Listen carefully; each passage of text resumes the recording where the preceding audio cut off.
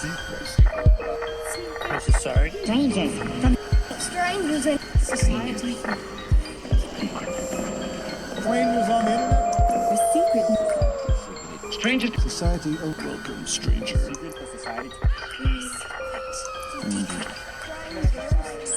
Strangers.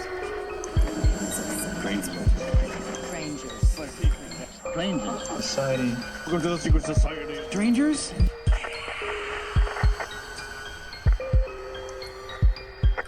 Welcome back to the Secret Society of Strangers. I'm Lee, here with Josh and Jen, as always. What it do? Happy holidays. Hello. Yeah, hopefully everyone had a good holiday.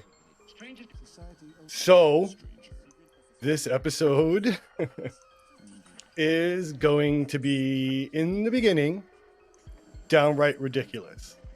I hope by the end, I have you guys questioning your actual fabric of your reality.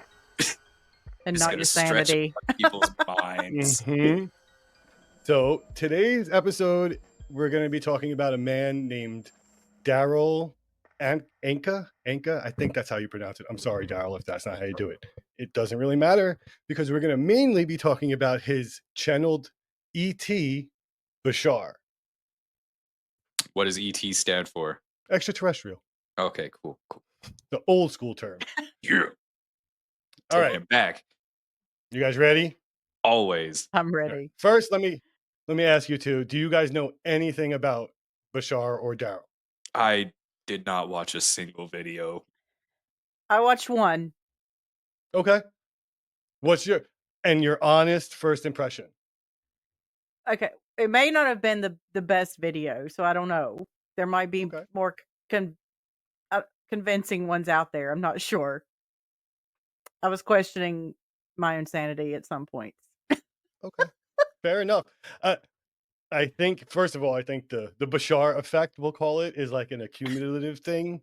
Like you Just can't ramps up. take it in snippets because, like I said, when you hear this, like off the bat, a man channeling an ET, you're just like, Yeah. okay, like pause. Let's get back to reality.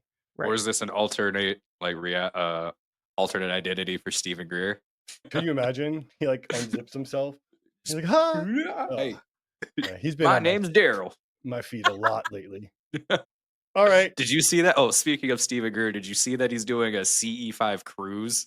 Mm-hmm. That's why I said he's been in my feet a lot lately. Like I've been seeing this guy, and I don't trust him. He's playing. He's a grifter. Hopefully not Darryl. No, again, by the end of this episode, we'll see what everyone thinks. Okay. As always, like, subscribe, tell your friends. If you guys want to be a guest, you know what to do. Email us at ssospodcast@gmail.com. Hit us up. All right. Without further ado, like I said, you have to imagine a man who sits down, meditates, and channels an extraterrestrial. So I want you to, in your mind's eye, picture what that man looks like, because I can guarantee you're wrong. I hope he has a skullet. So, for over 40 years, Darryl Anka has presented himself and Bashar's teachings to masses and masses of people. He's, like I said, been doing it for 40 years. Originally from Los Angeles, California, he was born in 1951. For his first 20 years of his working life, he worked in Hollywood. He was a special effects designer and a writer. And then the 70s happened. So maybe it's drugs, maybe not. He had not one, but two close encounters with UFOs or UAP, as we call them today. The first, you're going to say something? Oh, I was going to ask, was this prior to him channeling Bashar? Yeah, so this is, Okay. he's an Pre-Bashar. everyday Hollywood graphics, special effects guy. Gotcha. Has this first encounter. The first encounter is like straight out of the movies.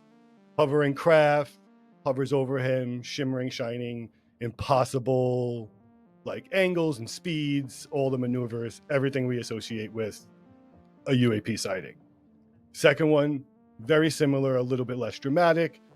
Saw it, shimmered, had dazzling lights, and then kind of took off. He then took these two instances as signs or a cue to search for more, let's say. So he then devoted himself to deep meditation and a lot of metaphysical studies.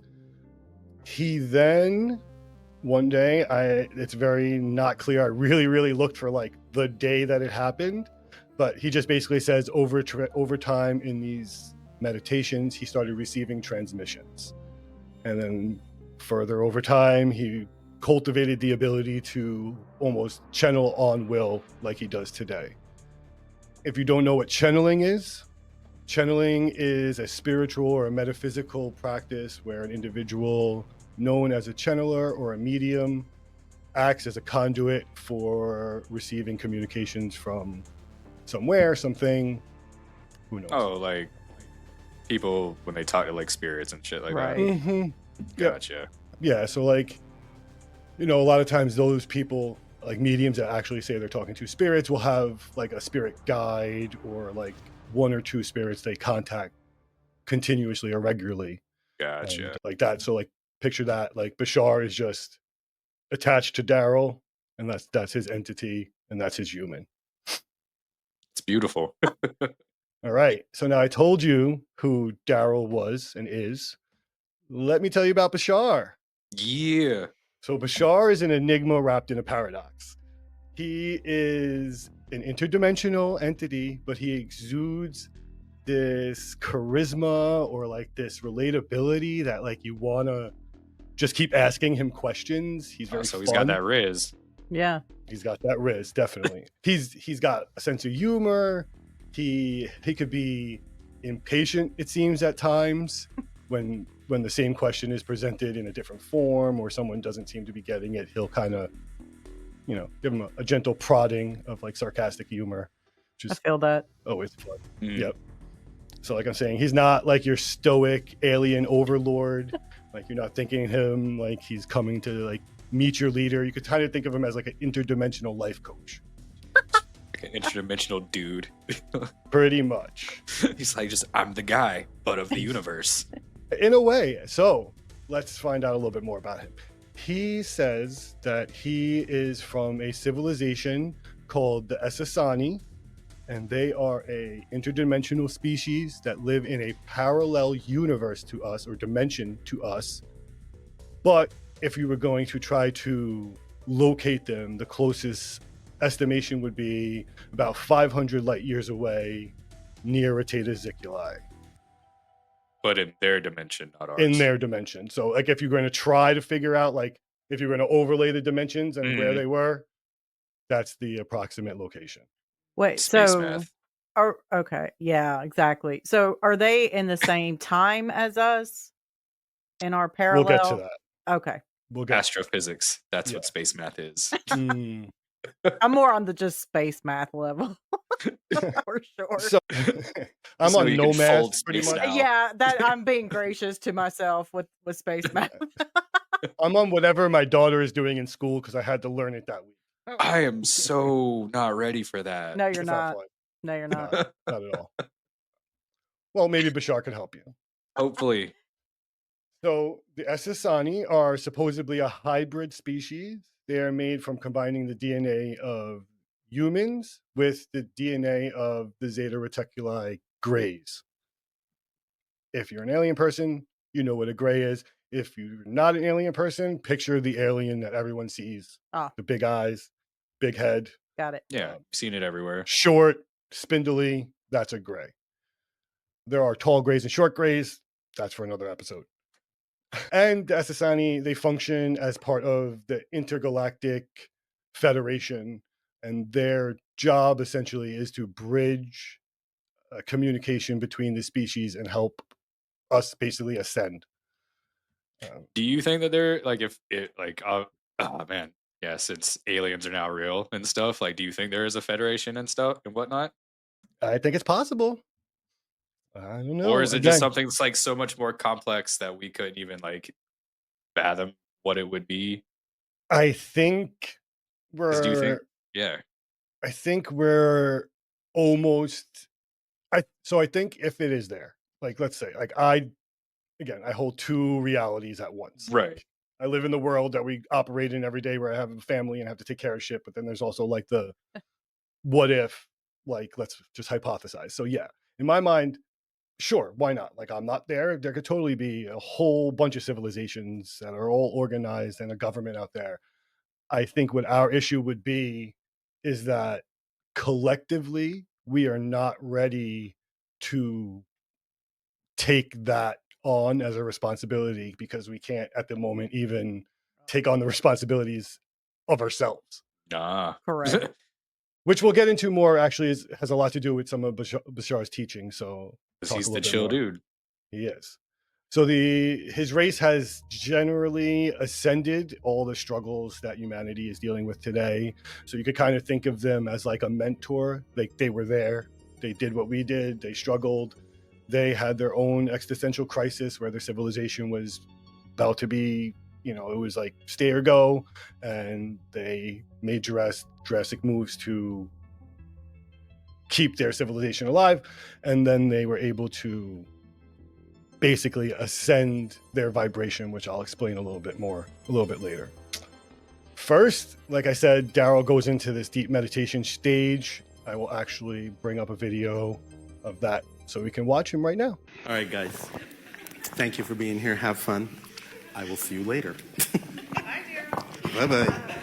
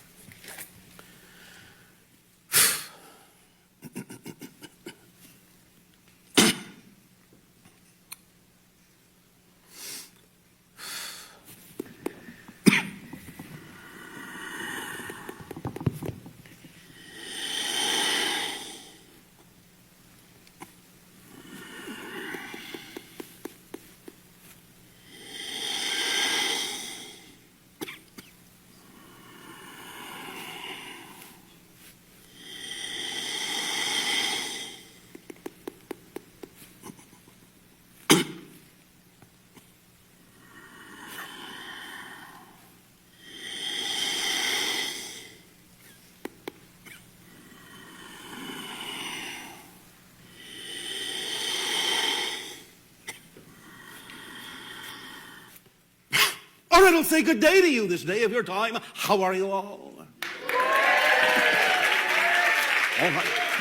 All right, thank you.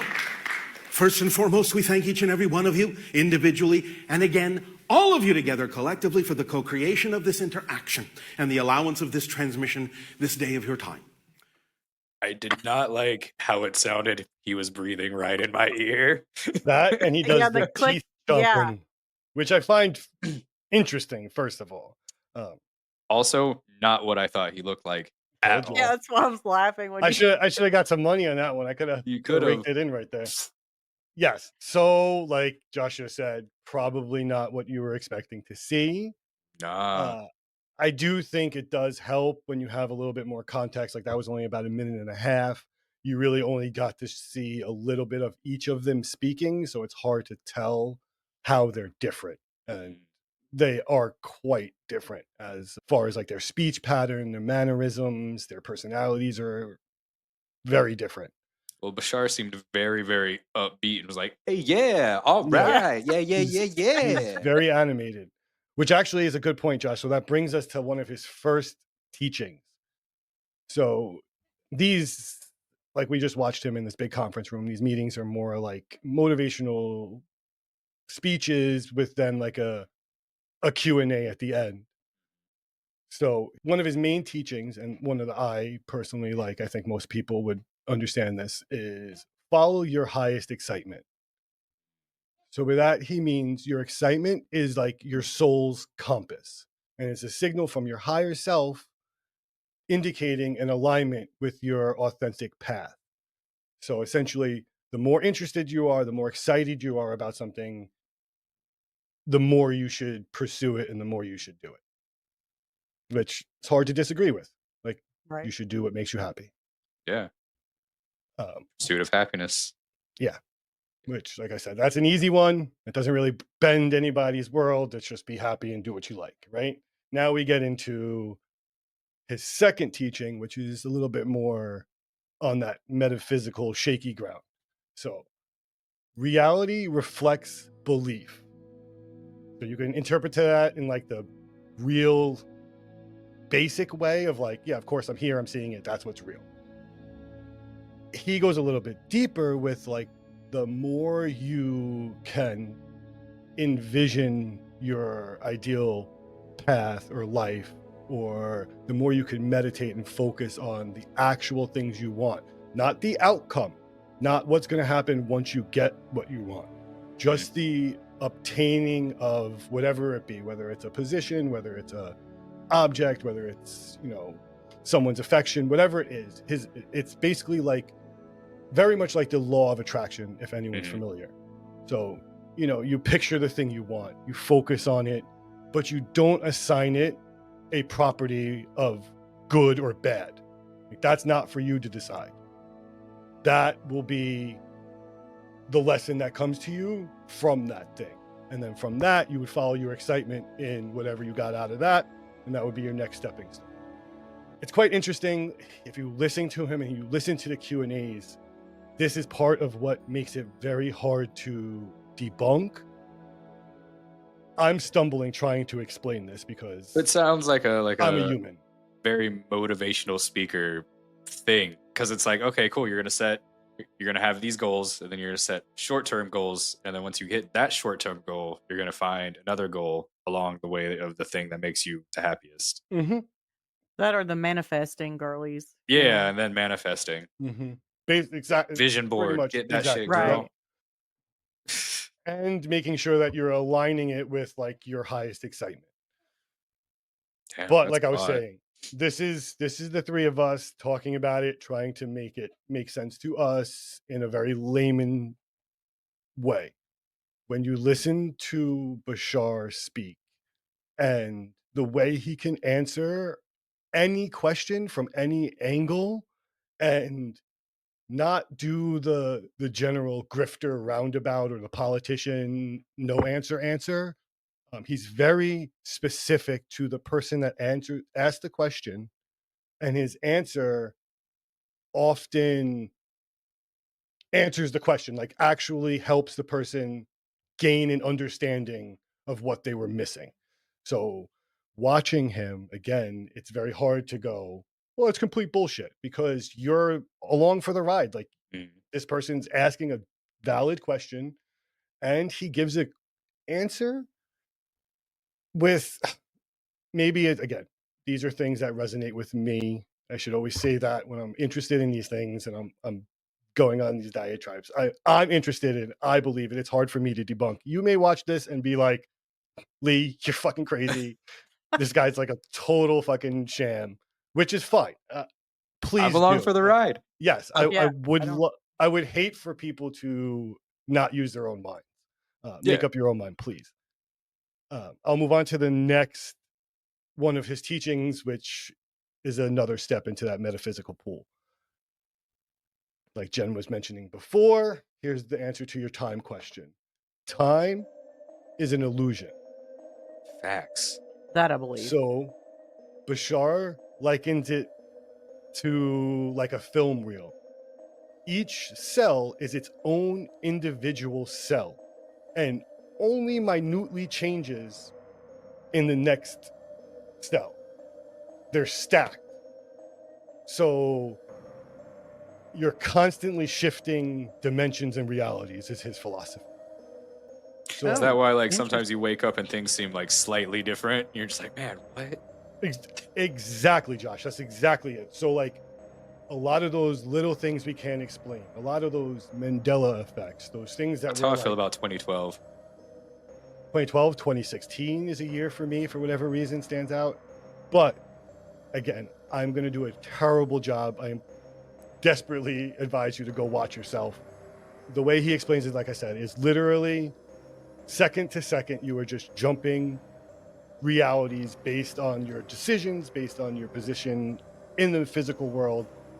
And at any given time, there's like billions of you, basically doing all the same things, Multiverse of madness. slightly differently.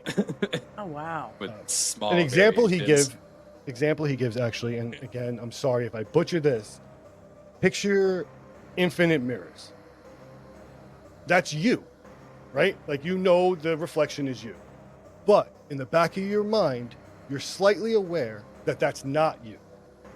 You understand? Oh, I got you. So, like, I'm here, but that's my reflection, but it's me. Yeah. So my mind is like, that's me, but I'm also aware that that's not me. Yeah. Oh, So But that I'm me would seeing be- me from a Okay. different perspective. That would be you looking at yourself in another dimension, but picture it just like mirrors after mirror after mirror. I mean, technically, isn't that already true? Because like a mirror is a 2D surface. Yeah, well, exactly. So, but now we're talking about the fabric of like reality. Yeah, true. So, in total, like, those are his 3 fundamental teachings, and they really flower from there, and they branch off in all different directions. He challenges you, like I was even saying earlier, to embrace your agency. Like, really, like, it's up to you to decide your path. If you're going to sit and try to be like everyone else, you are going to be unhappy.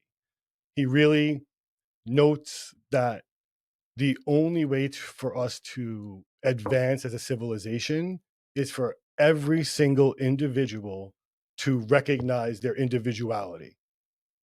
So we're doing a terrible job. Yeah. Yeah. Yeah. But you're doing a great job explaining this. Thanks, man. 'cause No, I think so. Because telling I you. got it instantly when you were talking about, oh, it's slightly off.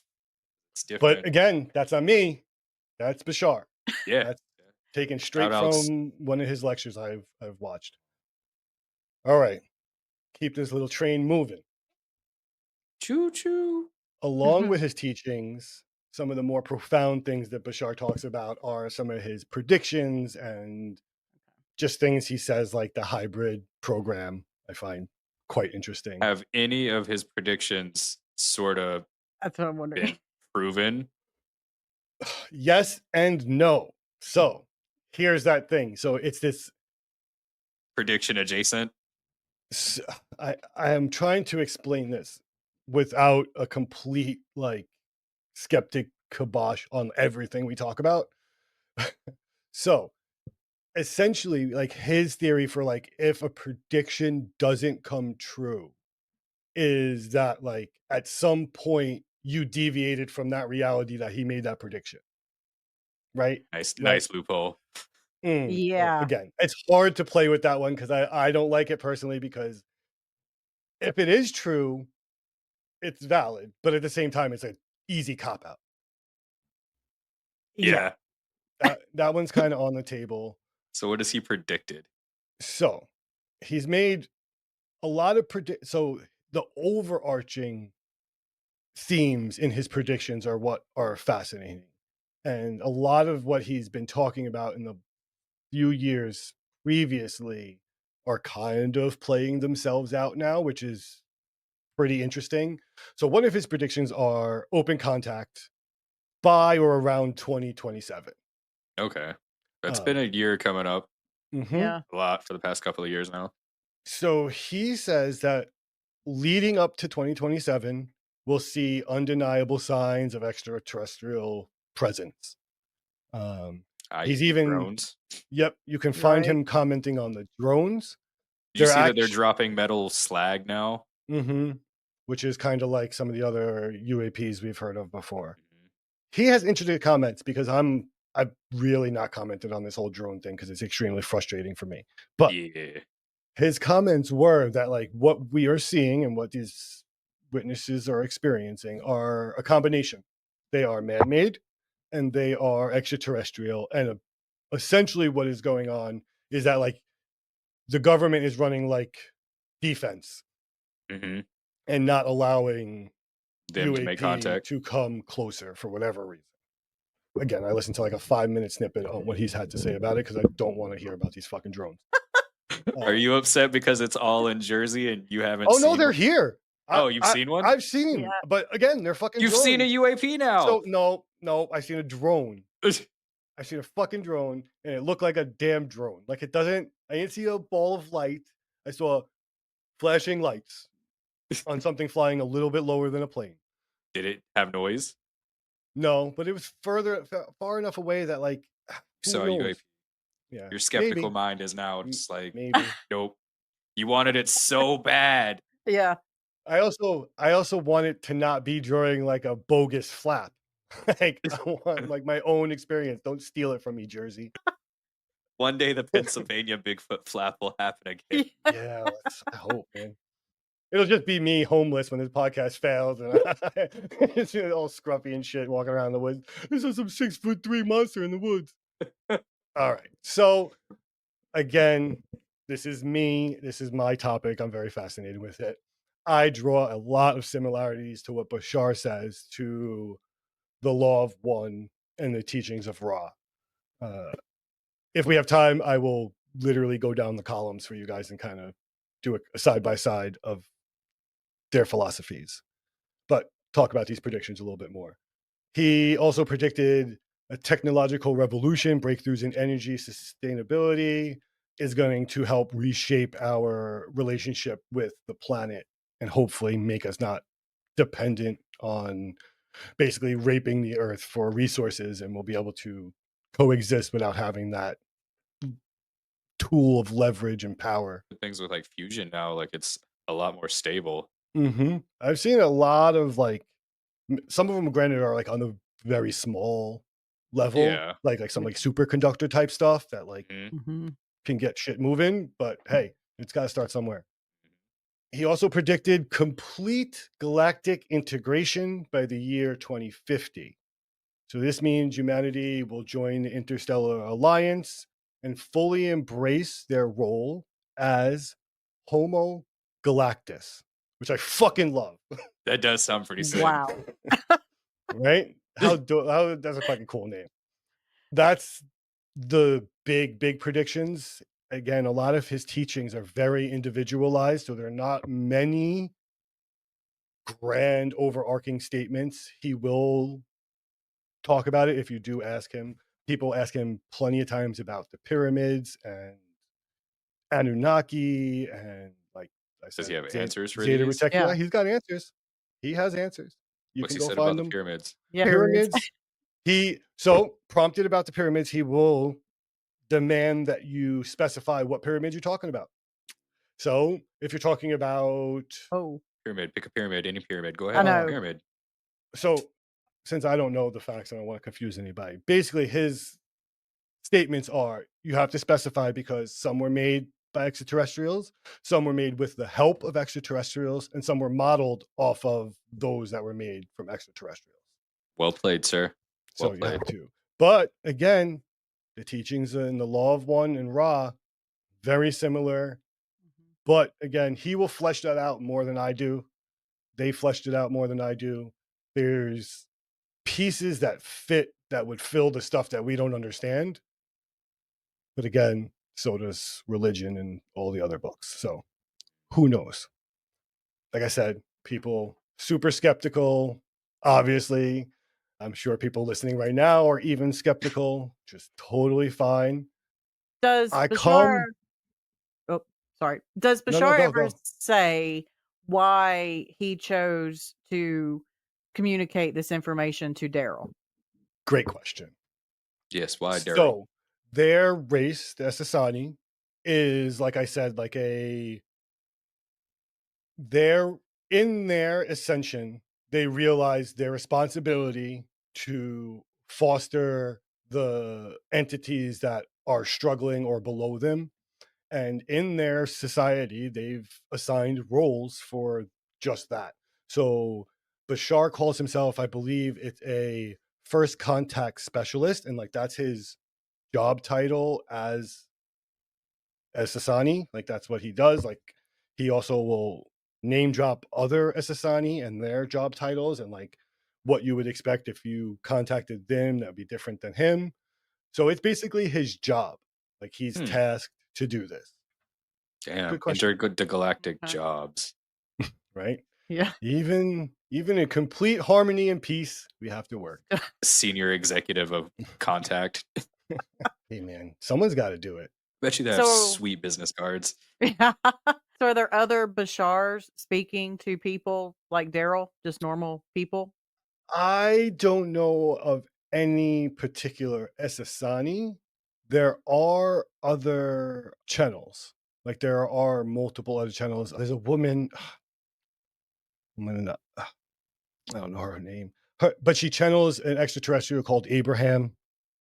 I don't know if he's a Sasani. She, to me, is a little less believable. She doesn't have the same like complete personality and like voice inflection change. And if you listen to Darryl talk, the vocabulary that the two of them use are completely different. So that's another thing that kind of like you would have to remember for 40 years. Every time you turn into this person, you got to like up your vocabulary game, which maybe you could do, but I would Right. find hard. So does Bashar ever like say that there are other Ssani like on Earth, or is he just the only one? Yep. So there are, and he will give you statistics. Again, it gets very murky because he doesn't want to Out confuse everybody. people. No, he doesn't want to confuse people. So there are many forms of extraterrestrial, is essentially what he's going to say. And there's many forms of their manifestation, let's say. So he'll acknowledge that, like you asked that question, Josh, but technically they're all on this earth because they're extra dimensional and they're all here. So again, he demands you be specific with your questions, and if you're not, he will make you clarify and like try to fully understand what the question was, so he on can this answer planet right now. it. That Right. There you, are. He says there are. Okay. Okay. He says there are. Like I said, many kinds. There are some that have been here for thousands of years. Some that have been here for fewer 100 years. There are some here that are new. They're constantly coming and going. Okay. Which is, again, rings quite true with Ra and the book, The Law of One. So the ones that are here, like actually walking the earth, whereas he presumably is, and I can't pronounce where you said he was from, but so he's not here. But so the ones that are actually here walking this earth, like what are they here for? So they all, again, have like kind of different jobs and different roles and different ways they involve themselves. Overarchingly, for any of these, so whether we're talking about the Ra contact or any of these other channels and entities that they're channeling, they seem to be very specific about not infringing on our free will. So if you were in a physical manifestation form, like they wouldn't just appear to you in the middle of a random day to just fuck up your shit. Like it would be a very I appreciate that. organized, Right. a very organized, planned thing where You know, you but- would have something necessary. You would need that information for like something coming up. Like it would be necessary information for you to understand the future. Gotcha. Otherwise, they wouldn't interfere. Okay. It's not like you're gonna wake up at 3 a.m. and one of them it's just gonna be at the end of your bed. Mhm. But Thank there yeah, thank you. are other entities that do that, just That's not the terrifying. society. So this is a little bit of an offshoot. This is going into the book of Ra, the Law of One and the Ra contact. There are different levels of vibration. Josh, I've explained this to you before. Jen, I don't know if you've been here for it. So picture a music scale. Each, I think they're bars, right? But then there's like the thicker colored bars, which is an octave, I guess. I think maybe, I don't know, whatever. So there's like ranges, right? Right. And as you go up, they get higher. Yes. Picture that. So we have 1, 2, 3, 4, 5, and 6 dimensions. 1, 2, 3, and 4 are physical dimensions. So that you hold the body, you're in the physical world. 5 and 6, potentially 7. I'm not sure. It's iffy whether 7 is like your higher self completely, like your whole higher self, or if it's actual like a place you can ascend to. I'm not sure. But 5 and 6 are non-physical. You've ascended. So essentially most of the Asani is a non-physical form. Okay. So they're ascended beings. Just energy. Right. Which are, so they are, I believe, actually I think they're physical. So they're 4th dimension. We are 3rd, which he calls it dimensions. Ra calls it vibrations, but we're at the Okay. same number And so like in a musical scale, there's different octaves of the same vibration. Mhm. So like A Ah. minor. So like you could be a third dimensional vibrational being, but be lower on that scale. Hmm. Do you understand? So like there Yeah. are physical beings that may be very similar to us that are fourth dimension, but they vibrate slightly higher than us, and they're closer to that next ascension to the Okay. fifth vibration. Okay. Yeah. Right? And to get back to my point is that they seem very not interested in, or just outright not willing to interfere with our free will, because that could change our trajectory of that ascension and vibrational growth. Hey man, I appreciate that. I won't mess Mm. with your free wills. Right? It gets wild, man, and it gets real murky and hard to like suss out. Like, okay, well, this all kind of makes sense. Like, So I this is a don't. weird question that just popped in my head. So like I wonder, do they have like pets and animals in their Jen, you are on fucking fire. Yes, yes, they do, and exactly. So that's a beautiful I example. always Like, need a little something in my life. I feel like I'm living the raw contact right now. So, pets are second vibration, second dimension beings, and so picture this, right? Mm. There are some animals, pets that are like a little bit less sentient, let's say, or like, you know, less. You're not gonna love like an alligator the same way you love a dog. Right. Yes. But as humans, a higher vibrational species, we have been helping dogs raise their vibration over all these years. Aw. Yeah, because dogs are the best. They're the goodest boys. Yes, they are. Dogs, cats, and even within those species, they all vibrate at different levels. So being a person that worked with dogs and animals my whole life, especially my dog, when I first got my dog, the first thing I said was like, this dog has never been a dog before. Like, this is his first go at it. He doesn't know what to do. He's way too chill, like a person. Like he doesn't get That's how I feel about King. Because he just like side eyes you, and then he's just got so many expressions. I But say how if he many was a listeners person, right he'd now be can like a say the Puerto same? Rican. Right. There's so many people that say the same. Like, I look at my dog and I see more than a dog. My cat like understands me. My Right. goldfish, waits for me at the door.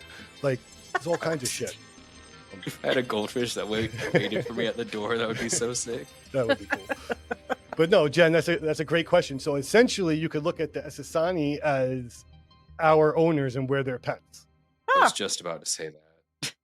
interesting.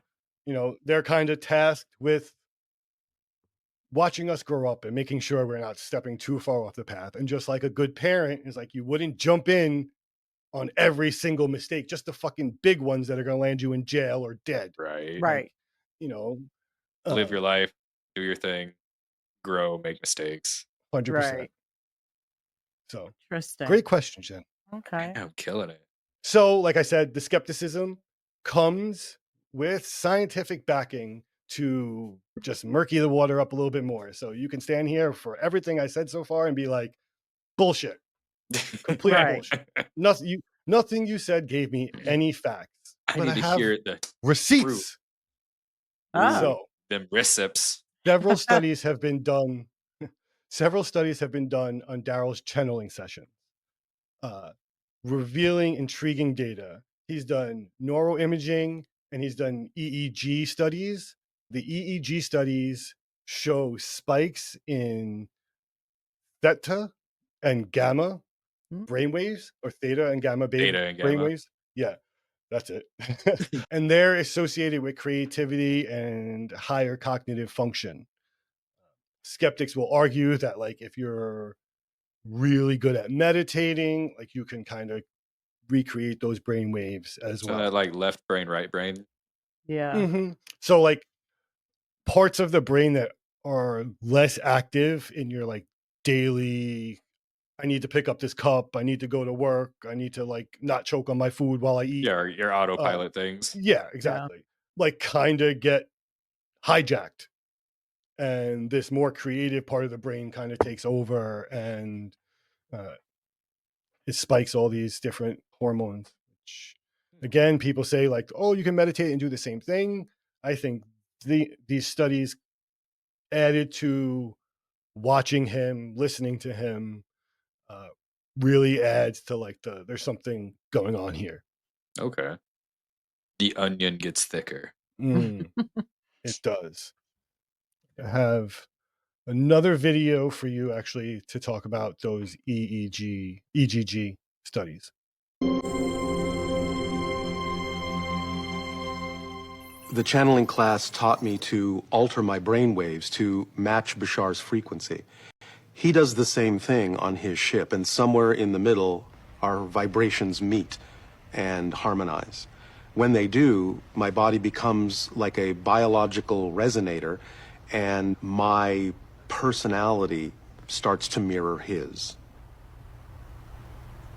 That's an EEG cap, and it's going to be recording your brain waves as we measure various states that we'll be exploring today. And looking up here, we can see that each of the electrodes that we have hooked up on that cap have achieved a level of impedance that is accurate and that will properly record the brainwaves without interference.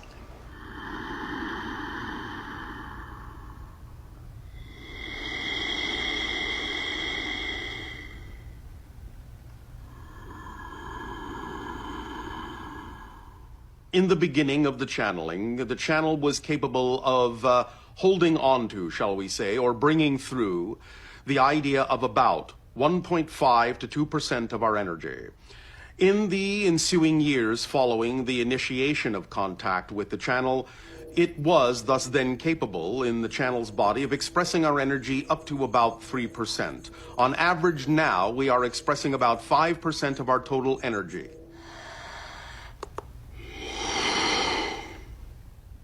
So we're looking at a picture of Darryl's baseline EEG. And what I've done is to record Darryl's baseline when he is not channeling and compare that to his EEG when he is channeling. Now here is a picture of Darryl's raw EEG, baseline again, in which we see a very rounded and rhythmic dominant frequency, we call it, in the posterior cortex, or the back of the head. And this is a good finding, it's a positive finding, because it tells us that Darryl's nervous system is stable, and also that he has what we call good thalamocortical functioning. And this is a common feature, a characteristic that is found in individuals who are peak performers. So here we have a picture of what disconnects when Darryl begins to channel. And you can see the areas in blue, the functional Brodmann areas we call them, that are not used when he is channeling. And it appears that he disconnects from his personal sense of self. He disconnects from the experience of pain. Now, what increases when he begins to channel is, first of all, his processing speed. And processing speed is a very interesting phenomenon, because what happens is it develops early in childhood. And by about the age of 5 or 6, and certainly 9 or 10 maximum, we reach a set point. And this set point doesn't usually change during the lifetime. And in Darryl's case, it actually went up when he began to channel. And it increased when he listened. The actual frequency of the processing speed was tuned to an exact frequency all over the brain.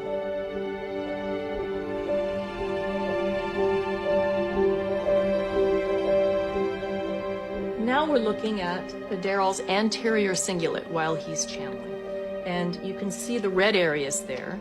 There is actually gamma frequencies that I found in his anterior cingulate. And gamma frequencies relate to the higher mind. And gamma frequencies are often found in Tibetan monks and people who meditate a lot.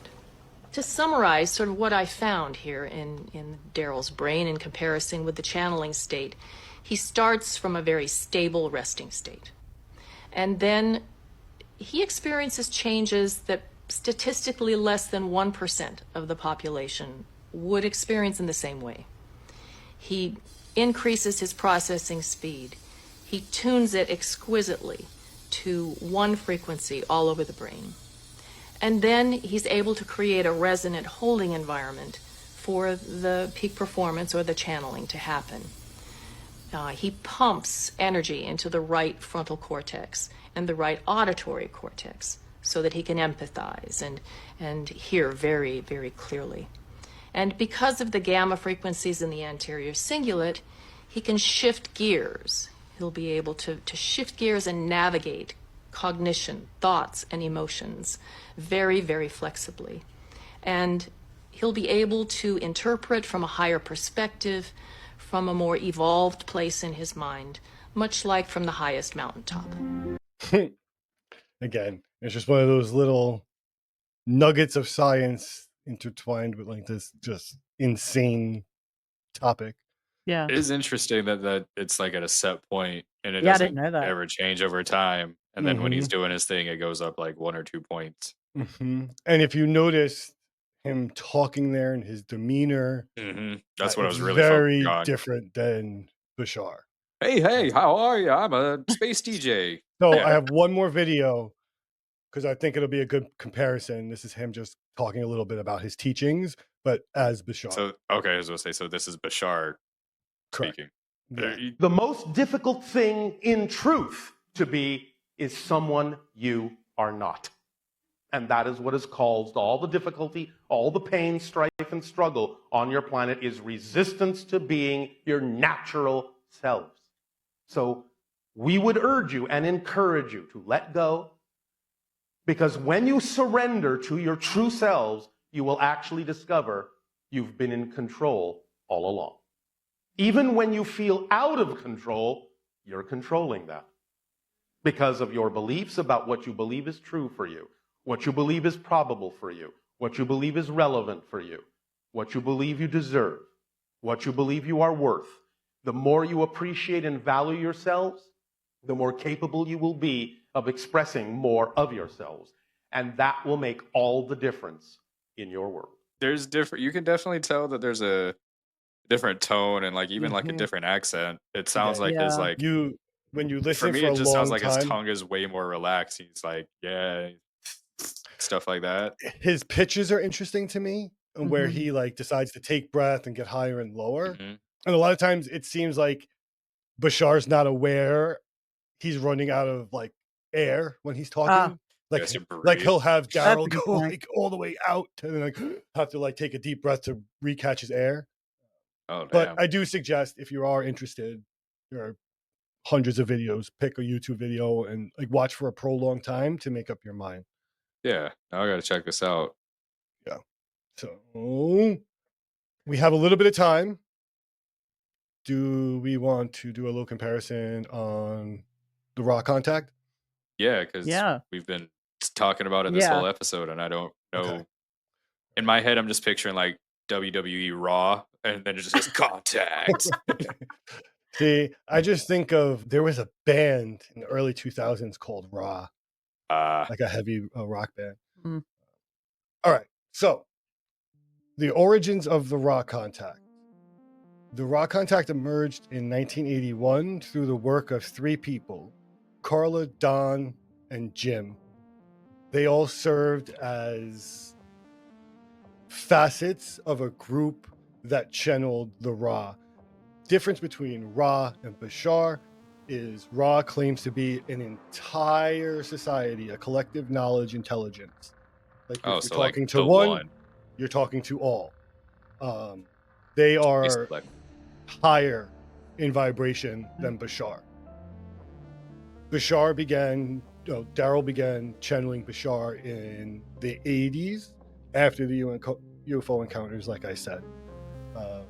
The main channel for the group of 3 that channeled Ra was Carla, and they called her the instrument. So she would go into this deep, like deeper than Darryl meditative state. And mainly Don would ask questions and get answers. But what was interesting about the Ra contact is that Don and Jim also got downloads during meditation separately from their channeling.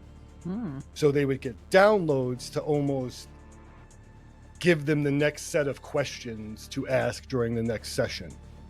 Okay. which was like added to like the group feel of like everyone was really important and everyone played a role in like that contact. Yeah. Like I said, Ra identifies as a 6th density collective consciousness. Bashar, on the other hand, is a single entity from a hybrid extraterrestrial race.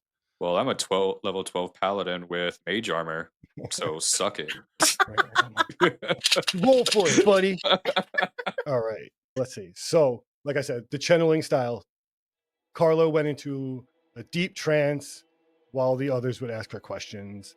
Darryl, as we see, goes into a trance in front of an entire room and can respond and interact, I think, more than Carla was able to. They describe Carla as being extremely still and stiff, and after her session, she was extremely fatigued and stiff and sore from being in like one position for an extended period of time. Yeah, I feel like that would kind of make more sense because like you're just channeling one entity and not an entire collective being. Yeah. So, Yeah, like they're like Bashar is able to hijack and mimic a physical Move. body, Yeah. as where yeah. Carla's just literally taking in a consciousness. Yeah. There's a little bit of a difference in the tone of their teachings. So Ra tends to be way more serious and dense and systematic, really resembling like a textbook, very Logical. by the book. Yes, exactly. Bashar, like you see, is a little bit more animated. He likes to infuse humor into his talks and his answers, which makes him obviously way more relatable than a collective extra dimensional consciousness. And this is why we're not one of them. Yeah, we're not very good at communicating with anyone, No. nevertheless, like all at the same time. The central concept of the law of one is all is one and one is all. Everything exists as part of the infinite creator, Oh yeah. which is basically again, more textbook extrapolated version of what Bashar says. Bashar deals more on like your soul that you're embodying now kind of philosophies, like how to help your life now. Ra's teachings were very over soul geared, like your higher self, like your higher self is pulled from source consciousness, then broken out into millions of different souls to experience. Oh, If that makes sense. we had this conversation like way back when we first started this podcast about the universe. Mm-hmm. Okay. Yeah, and I was doing all the raw stuff. I was probably in the middle of the book. Yep. So yeah, essentially like carbon copies of carbon copies of carbon copies, but all attached and reporting back to the source. Yep. Picture I the believe source that. as like a overviewing consciousness, God consciousness, if you will.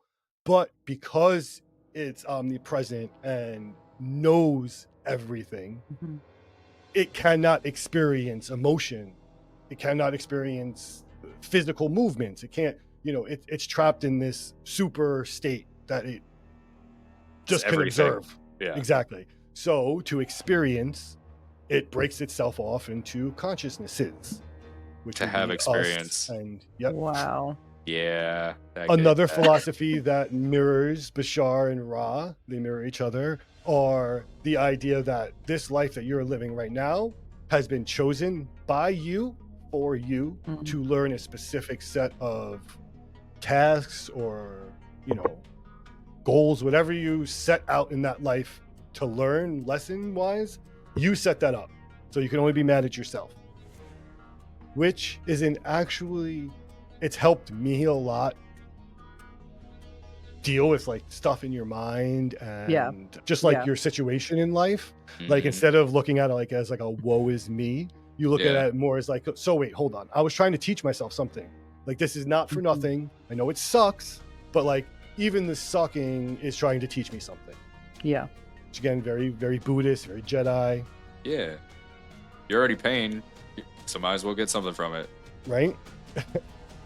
So, like I said, free will is a big thing between both of them. They, again, attack them a little differently. Free will is just not to be touched at all by Ra. Like, they are very hands off. If you ask them a question that they think the answer may have any kind of infringement on your free will, they will not answer you.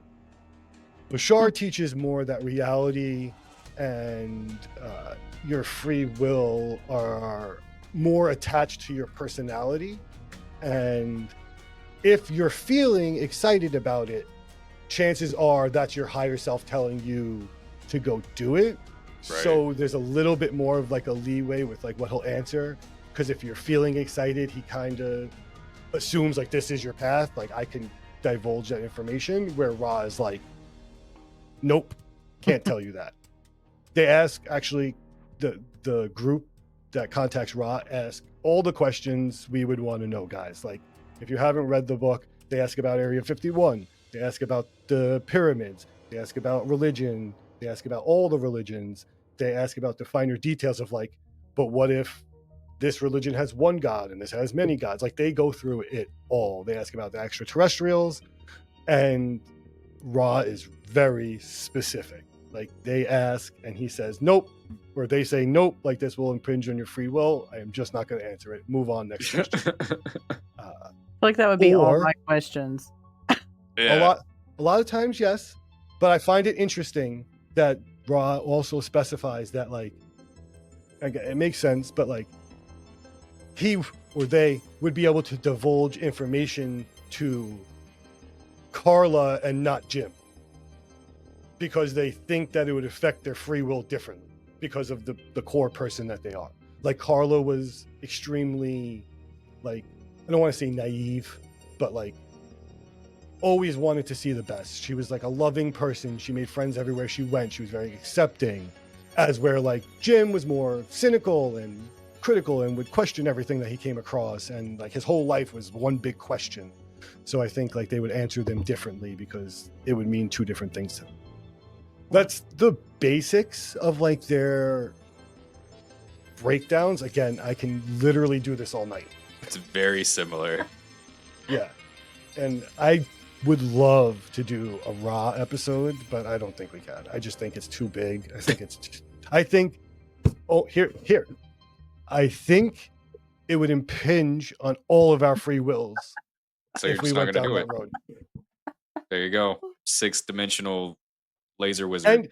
And the crazy part is that like part of me actually believes that, like, it's a little like whatever, but at the same time, like, me coming on a podcast saying all of the lessons and those things out loud and like kind of like solidifying them in my brain more than having them as bouncing around thoughts that are malleable and like continue to grow. I feel like once you say those things, especially recording them, that's kind of it. And I feel like it would make that information potentially stagnant at some point and old if we do ascend. I don't know if that makes sense. That may be too big. Just on that path to ascension before us. Yeah. So questions, theories. What do you guys think? Are you guys questioning if you're sitting next to yourself right now? I've got a mirror right beside me, and I'm trying not to look at it. Oh, I couldn't have a mirror here. I'd be so distracted. Every time I move, I'd be like, oh. Yeah. Yeah. So, so the thing about how he does change, appear to change personality, the inflection in his tone, just all of the mannerisms and things like that. The first thing that I thought of was, well, we did have, and I'm sure there's a few that still exist, but like ventriloquists. If you think about how they would have to have a completely alternate personality in their character. So that's, and I'm sure there's better examples that aren't like from, 1746, which of course where my brain lives. Dude, you go on TikTok, But there's ventriloquists. There's like little I kids figured ventriloquists had that to are still fucking be good. there. So, Yeah. so I know the skill is there, to be able to do these things, but that would be like the one skeptic part. And I don't know, it's just so hard when you're talking about something like this with multiple dimensions and parallel universes. Then it's like you said, they always sort of have an out for any like drill down question. Mhm. Yeah. True. 100% true. Again, this is why I say coming into this topic, even as someone that like, I love this. I've been watching Bashar for years. Raw Contact caught me instantly as soon as I found it. Like, this is my kind of shit. There's still, I'm extremely skeptical. Like, I don't see any of it. I don't know any of it. But again, like when we talk about these things, we talk about religion. Like this is the basket I put my eggs in. Like, if you want to talk about like Sky Daddy and all these other figures that people like put their faith in, like my faith is in this theory that like, you know, we're vibrational beings, we're spiritual beings living a human experience, and like our whole purpose here is to grow. Whether you want to attribute that to, you know, Yahshua or God or whoever, Oh yeah, exactly. I think Which it's is our responsibility. Like, just so true, which is why I think it's just so interesting. You know, anybody that studies any world religions, it does all boil down to the same concepts, just different language or a different maybe, you know, way to get there, but it's still the same concept. So that part is definitely fascinating. so Ra has like a lot of theories around that, and they go into theology and religion a lot, and they kind of break it down, and it's so hard to break this stuff down. So I'm gonna try to break like two different ways. So picture like I'm different, you're different, Josh is different. We all view things different ways. Different things are going to get through to us differently. So when these extraterrestrials initially came down, they met different civilizations that needed to hear the message differently. And like we've talked about this before, like some cultures respected their environment way more than they would another human. So obviously they relied they're on going it to more. respect, yeah, they're going to respect nature deities and like gods of the forest. Had a few too many of those big drinks, huh? You know, and then some civilizations, you know, the power structure is what really makes them thrive. You got this, don't worry, I see it. It's staying. If you're listening, Jen's having mic I had to move. issues. I had to It move just back. quit. Mic has defile function. Its own free will. It's exercising right now. There you go. So yeah, and that's then Raw intervening, saying that it's free will. Yep. Stop talking about it. And Bashar, a lot of the same things. He'll say like you know, you're going to interpret your reality the way you're comfortable and what makes sense to you. So like if that is what makes you sleep at night is like having faith in a religion and like it helps you in your daily life, like be nicer to people and nicer to yourself. Like why would we stop you? The Raw goes a little bit more again because Bashar's very individualized. These are people asking him one-on-one questions. Raw again is an entire consciousness talking about an entire civilization. So they talk a lot more about distortions, and what distortions are people taking that information and viewing it in a negative way. Oh yeah. So like we talk about, there are obviously churches and people that go to some churches that are just off the chart, like crazy woohoo. They don't accept anybody. You know, their book is the only book. It's the right book, blah, blah, blah. And then there are plenty of other groups that are just like, hey, you're Jewish? I'm Catholic. Nice to meet you. Cool. Your God's cool. My God's cool. All right, cool. So like the distortion would be like viewing your book as the book that's better or right or, you know, superior to another person. And Ra goes into a lot more of that. Again, Ra is 2 whole giant books of hours and hours of channeling. So there's a lot it's more. It's a giant fucking entity. It's not just one ascended being. It's the singularity, essentially. Yeah. So Which again, would that be then in turn the singularity talking to itself, because then it's talking to us and we're talking to it and we're just extensions of it? That's a paradox in itself. Honestly, that's exactly what both of these groups would say to you. Ra would say to you, and that was what Bashar would say to you. He would say, you're asking yourself. And like when you are... See, I don't need either of these. I already know. The little things that happen to us in this life that we can't explain, the like prior knowledge to something like, I don't know how I knew that. or like I knew not to go to work that day because the place was Mm. going to burn down, or whatever it may Psychic be. abilities. Like that, the mom knowing that her child is in danger. Both Bashar and Rob will attribute that to like your higher self warning you, keying you in, downloading you information to let you know something. And like you listen to Bashar say, we're all open to this. Mhm. So it's a matter of how open you want to be, whether you can access that. Again, I think we're all vibrating differently. And I think some of us are obviously more advanced and open to these things. And then some of us are vibrating very lowly.